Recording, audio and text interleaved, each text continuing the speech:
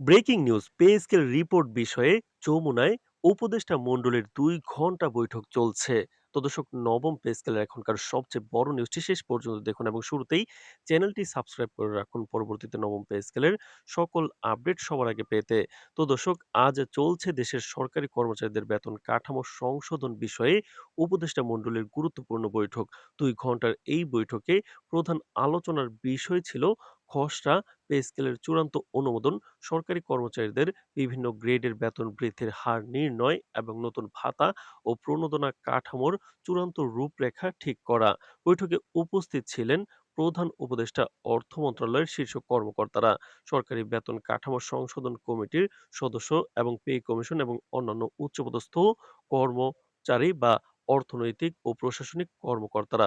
সূত্রের বরাত দিয়ে জানা গেছে, বৈঠকে নতুন বেতন কাঠামোর কার্যকারিতা, সরকারি কর্মচারীদের উৎসব ও চিকিৎসা ভাতা এবং বিভিন্ন গ্রেডের জন্য প্রস্তাবিত বেতন বৃদ্ধির হার নিয়ে তীব্র আলোচনা হয়েছে।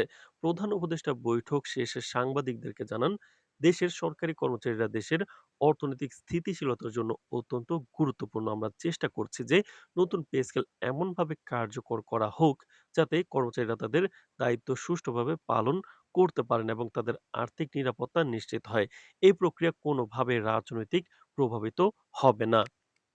উপদেষ্টা মণ্ডলীর বৈঠকে সরকারি কর্মচারীদের বিভিন্ন স্তরের বেতন কাঠামো নিয়ে আলোচনা চলাকালীন উপস্থিত কর্মকর্তা-কর্মচারীরা জানিয়েছেন, উচ্চ গ্রেডের কর্মকর্তাদের জন্য প্রস্তাবিত ৬০% পর্যন্ত বেতন বৃদ্ধি নিয়ে গভীর বিশ্লেষণ হয়েছে। এ বিষয়ে কমিটি জানাচ্ছে, সুনির্দিষ্ট গবেষণা এবং অর্থনৈতিক হিসাব নিকাশের পরই এই বৃদ্ধির হার নির্ধারণ করা হয়েছে, যা সরকারি কর্মচারীদের জীবনে উল্লেখযোগ্য আর্থিক সুবিধা আনবে। অন্যদিকে নিম্ন গ্রেডের কর্মচারীদের জন্য ভাতা বৃদ্ধি এবং বেসিক বেতন বৃদ্ধির বিষয়টি গুরুত্ব সহকারে বিবেচনা করা হয়েছে, যাতে দেশের সব স্তরের সরকারি কর্মচারীরা সমানভাবে উপকৃত হন। একাধিক সূত্র জানাচ্ছে, বৈঠকে বেতন বৃদ্ধি ও ভাতার হার নির্ধারণের সময় কিছু তথ্য হয়েছে। বিশেষ করে ১১ থেকে ২০তম পর্যন্ত গ্রেডের কর্মকর্তাদের বেতন বৃদ্ধির হার এবং উৎসব ও চিকিৎসা ভাতার সংশোধন নিয়ে বিভাজন দেখা দিয়েছিল। তবে উপদেষ্টা মণ্ডলীর মূল উদ্দেশ্য সব পক্ষের মতামতকে সংলগ্ন করে চূড়ান্ত সিদ্ধান্তে পৌঁছানো। বৈঠকের আকার, স্থান এবং সময় নির্ধারণ এমনভাবে করা হয়েছে যাতে সরকারের উচ্চ পর্যায়ের কর্মকর্তারা সরাসরি অংশ নিতে পারেন এবং সব গুরুত্বপূর্ণ বিষয়গুলো কার্যকরভাবে আলোচনা করা যায়। তো দর্শক, বৈঠক চলাকালীন সময় একাধিক কর্মকর্তার মতে, নতুন পে স্কেল শুধু একটি আর্থিক রূপান্তর নয়, এটি সরকারি কর্মচারীদের মনোবল বৃদ্ধির পাশাপাশি দেশের অর্থনৈতিক স্থিতিশীলতার জন্য গুরুত্বপূর্ণ। প্রধান উপদেষ্টা বৈঠক শেষে সাংবাদিকদেরকে বলেন, নির্বাচনকালীন পরিস্থিতি থাকা সত্ত্বেও সরকারের লক্ষ্য সরকারি কর্মচারীদের অধিকার রক্ষা করা এবং তাদের আর্থিক নিরাপত্তা নিশ্চিত করা। আমাদের লক্ষ্য পে স্কেল কার্যকর করা যাতে সরকারি কর্মচারীরা যেকোনো সময় নিজেদের দায়িত্ব পালন করতে সক্ষম হন। সাধারণ কর্মচারী এবং সরকারি ইউনিয়ন নেতাদের প্রতিক্রিয়া জানাচ্ছে, বৈঠক থেকে প্রকাশিত প্রাথমিক তথ্য ইতিবাচক। তারা আশা করছেন, নতুন পে স্কেল কার্যকর হলে নিম্ন ও মধ্য গ্রেডের কর্মচারীদের মাসিক আয়ের ধারা উল্লেখযোগ্যভাবে উন্নত হবে।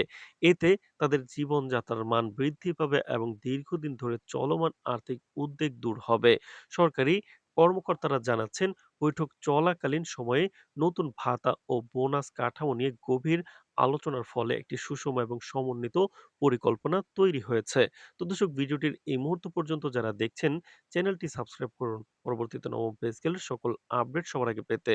তো দর্শক, অর্থ উপদেষ্টা মণ্ডলীর অন্যান্য সদস্যরা বৈঠক শেষে জানিয়েছেন যে চূড়ান্ত পে স্কেল গেজেটে প্রকাশিত হওয়ার পর কার্যকর করা হবে। এতে সরকারি কর্মচারীরা বেতন কাঠামোর পরিবর্তন থেকে সর্বোচ্চ সুবিধা পাবেন। বিশেষজ্ঞরা মনে করছেন, এই সিদ্ধান্ত দেশের সরকারি ব্যবস্থাপনায় একটি গুরুত্বপূর্ণ মাইলফলক হবে, কারণ এটি শুধু অর্থনৈতিক প্রভাবই ফেলবে না, বরং কর্মচারীদের মনোবল ও জাতীয় অর্থনীতির স্থিতিশীলতার জন্য গুরুত্বপূর্ণ ভূমিকা রাখবে। নির্বাচন পরিস্থিতি সত্ত্বেও উপদেষ্টা মণ্ডলী এবং অর্থ মন্ত্রণালয় দৃঢ় প্রতিশ্রুতিবদ্ধ যে পে স্কেল কার্যকর হবে এবং কর্মচারীদের দাবির প্রতি সরকারের সহমর্মিতা প্রদর্শিত হবে। বৈঠকের ফলাফলের উপর ভিত্তি করে আশা করা হচ্ছে দেশের সরকারি কর্মচারীরা আর্থিকভাবে আরো সুরক্ষিত এবং উৎসাহিত বোধ করবেন।